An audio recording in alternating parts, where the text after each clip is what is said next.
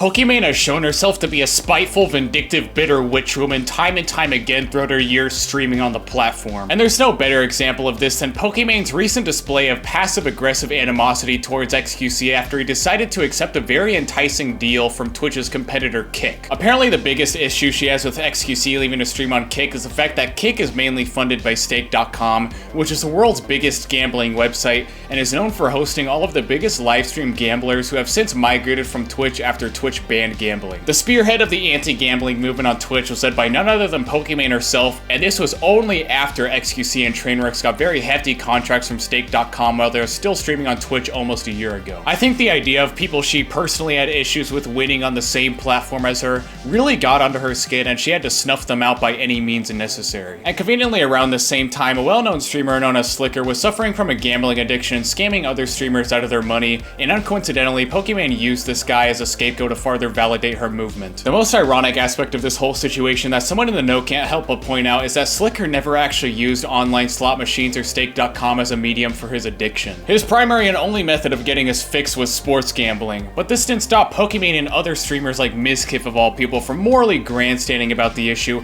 and threatening to go on strike until Twitch took action. Since Twitch banned gambling, those streamers could no longer profit off of their contracts via streaming their slot machine winnings, so they took initiative and moved their asses to another website to do business with Stake. Yet it seems like Pokimane somehow still has an issue with them despite the fact that their business no longer has anything to do with her or the platform she streams on. The moral grandstanding we got to witness from people like Mizkif and Pokimane at the time was absolutely rich considering how morally bankrupt these people are themselves. I mean, Mizkif was literally outed for defending and protecting a grape cyst, something he's seemingly gotten away with scot-free, and something his audience and streamer buddies seem to not care about at all, considering he still averages a huge amount of viewers and he still does collaborations with them to this day. I don't think there's a single person that we used to hang out with that doesn't hang out with Slick anymore because of what happened. I actually think there's literally none. Worst comes to worst of it, it's fucking like sexual harassment, right? At a low scale, it's not really a big deal. And the moral grandstanding from Pokimane continues to this day as she can be seen equating accepting a contract to stream on another platform with being morally and ethically compromised. Why would I compromise my morals and ethics for more money when I have money? Something about that is so cringe. It's funny how Pokimane never seemed to care about the ethical issues of gambling before XQC and his money were involved. It was only until other streamers that she found unsavory were benefiting from it. Then all of a sudden she started caring. Why the hell does Pokimane and Hassan care about what XQC does with his life or what business he conducts if it's completely outside of the platform and it has nothing to do with them? They're talking and treating like it was some form of betrayal. What the hell did he actually do wrong? The only thing you could really bring up that is ethically questionable is when you're talking about promoting and taking gambling deals that could potentially affect impressionable children. But the fact of the matter is that each and every one of these gambling streams are strictly 18 plus, and the website does its best to be as unwelcoming as possible to a child audience. It is never the responsibility of the streamer or content creator to make sure that there's no young viewers or children in the audience. That responsibility lies in the hands of the website itself, and most importantly, the parents of those same kids. As a streamer or a streaming website, there's virtually no way they could eliminate the possibility that there's young kids engaging in your streams. You should assume that every parent of every kid online would do a good enough job at making sure they're not exposed to dangerous or sensitive content. You should not have to compromise your own business or content just because there's a likelihood that bad parents exist. Some children are unfortunate enough to have irresponsible parents. The possibility that children are watching your gambling streams shouldn't prevent fully consenting adults from gambling as they please, and that goes for pretty much any other sensitive content as well. It's hilarious that Pokimane thinks she has the authority to label anyone as morally compromised, considering she streams on a platform mainly owned by Amazon which has glaring humanitarian rights issues and treats even their mainland workers like subhumans. If anything, you'd have to be morally compromised by continuing to work with a website that's fully owned by Amazon, is rampantly pro-censorship, and continuously treats its creators like garbage. I mean, in this case, I don't really see the moral issue with promoting gambling to fully consenting autonomous adults if it means it generates so much revenue for the website that they can afford a 95% revenue split amongst its creators, which completely BTFOs Twitch's 50%. If you want to talk about the compromised morals of top live streamers, you'd be hard-pressed to find a better example than Pokimane herself. She actively silences criticism of any kind directed towards her by filing false copyright strikes against against creators that have made unsavory videos about her. It's a Gundam and Boblax being prime examples. One of the biggest unspoken rules amongst all content creators with even an ounce of integrity is to never abuse the copyright strike system. It can completely destroy anyone's livelihood and career, and for what? Because you disagree with their opinion? Or because they offended you? I actually can't believe anyone would sponsor these shenanigans. There's no greater display of insecurity and fragility than actively silencing dialogue and discourse simply because you can't handle having your own actions and opinions challenged on the intellectual battlefield. Being this anti-speech and pro-censorship is a trait that many other of the top Twitch streamers share, and it is why I'll always have a chip on my shoulder for those creators and the website as a whole. Another trait Twitch streamers and liberal personalities share is just generally being flaming hypocrites, and there's definitely many examples you can find of this with Pokimane. The most recent example being her tweeting that she accepts properly expressed opinions and valid criticisms. Yes, filing false copyright strikes against creators that made videos deconstructing and criticizing the issues they had with your character,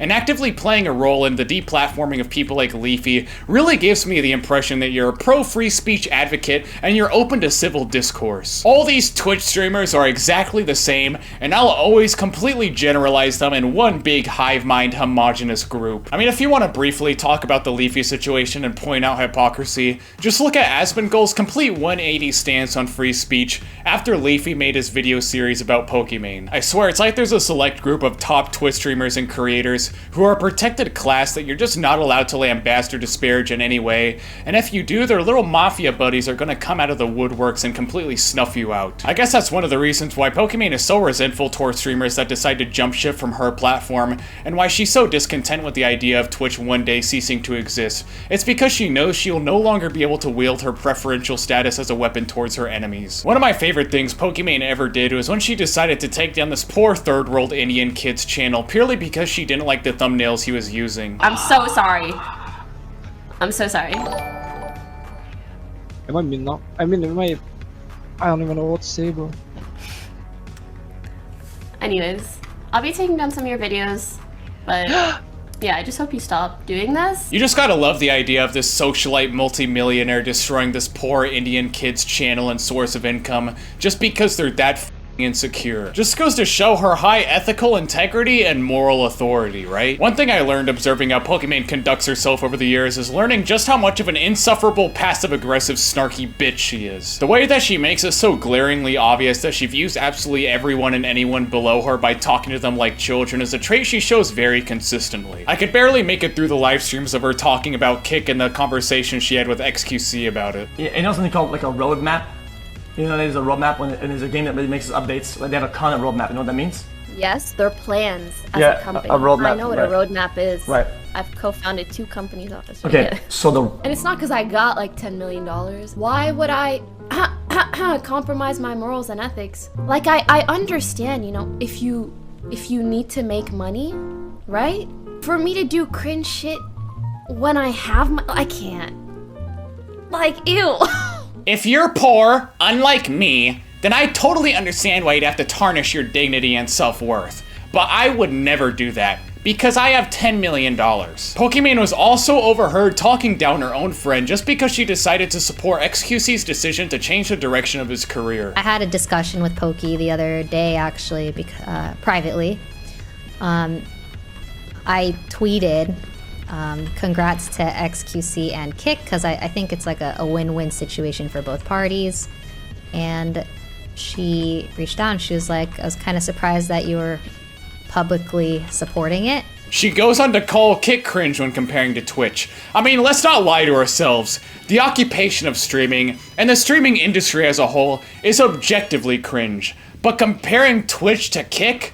Apples to oranges! On one hand, you have Twitch, which is rampantly pro-censorship, a leftist propaganda echo chamber safe space that discourages engaging and entertaining content, and all the personalities there have the same superficially wholesome soy Reddit persona. And on the other hand, you have Kick, which encourages its entertainers to be a bit more daring with their content by having a much more lenient TOS, and just generally pays and treats their creators much better. She has zero authority to call anything cringe after spending a decade harboring the most pathetic man-child simp audience the world has ever known. Her entire brand is being the cringe gamer girl streamer that soy sims donate to. That's literally how everyone outside of the Twitch bubble sees her. I have to say, XQC unapologetically abandoning Twitch after years of doing business with them has made me gain a lot more respect for him, let's be real. He seems to be doing really good on Kick for his first few days streaming there, and seems to be a really conducive business partner for them. His track record is looking really promising. On the first day of streaming on Kick, he risked the entire website getting shut down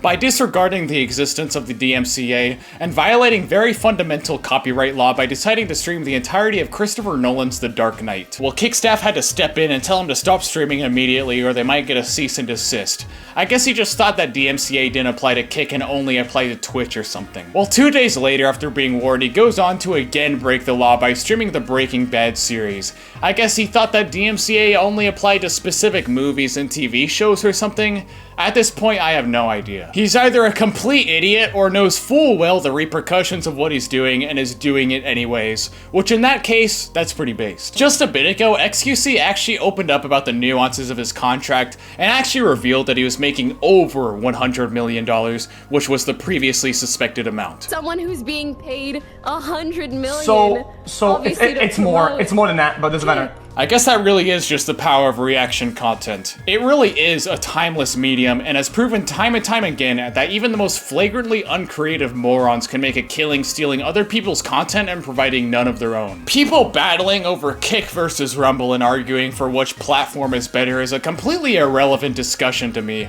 I'm rooting for both equally, just because that's how much I despise Twitch. I'm at the point where their enemy is my friend. I want both platforms to succeed and overtake Twitch, even if it means seeing the same streamers that I despise so much succeeding as well. Anyways, I'll catch you guys in the next one. Peace.